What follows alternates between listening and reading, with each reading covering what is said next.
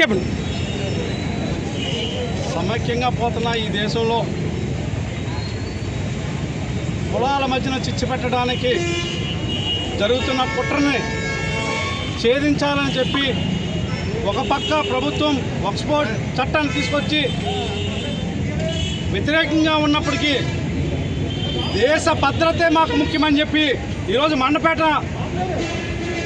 వ్యాప్తంగా నా ముస్లిం సోదరుల జేఏసీ నిర్వహిస్తున్న ఈ ర్యాలీలో పాల్గొన్నటువంటి నా ముస్లిం సోదరులందరికీ కూడా మాదిగ రిజర్వేషన్ పోరాట సమితి తరఫున సామాజిక ఉద్యమ నమస్కారాలు. ఖచ్చితంగా నేను విజ్ఞప్తి చేస్తున్నాను, చిత్రసీమ పరిశ్రమ ఏదైతే ఉందో వారికి కూడా మీరు చాలా సినిమాల్లో ఉగ్రవాదాన్ని చూపించాలంటే